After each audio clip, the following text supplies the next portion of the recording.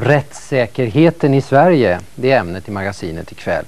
Med utgångspunkt i en polisrazzia mot en kurdisk klubb i Stockholm 2 veckor efter mordet på Olof Palme, så ska vi tala rättssäkerhet med chefs-JO som kommer hit till studion. Rättssäkerheten i Sverige.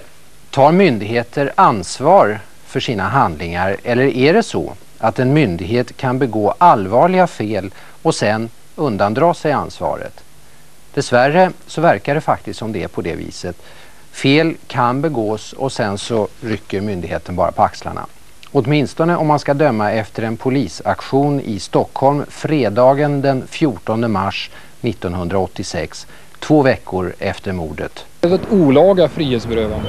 Ja visst, det är ett såklart olaga frihetsberövande, och det säger ju också JO indirekt. Man saknar klartext därvidlag, tycker jag. I sitt beslut skriver justitieombudsmannen Anders Wigelius att visitkortet med adressen i sig inte var tillräcklig grund för en husrannsakan i den kurdiska föreningens lokal. Även om man vägde in andra brottsteorier som fanns i mitten av mars 1986.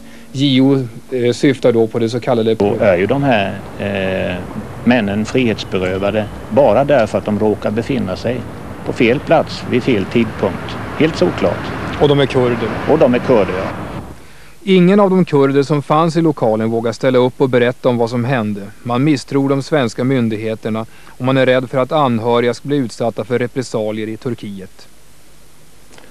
Svensk-kurdiska arbetarföreningen beskrivs av kurdexperter som en icke-militant och mycket fredlig grupp, och man har inget som helst samröre med den terroriststämplade organisationen PKK.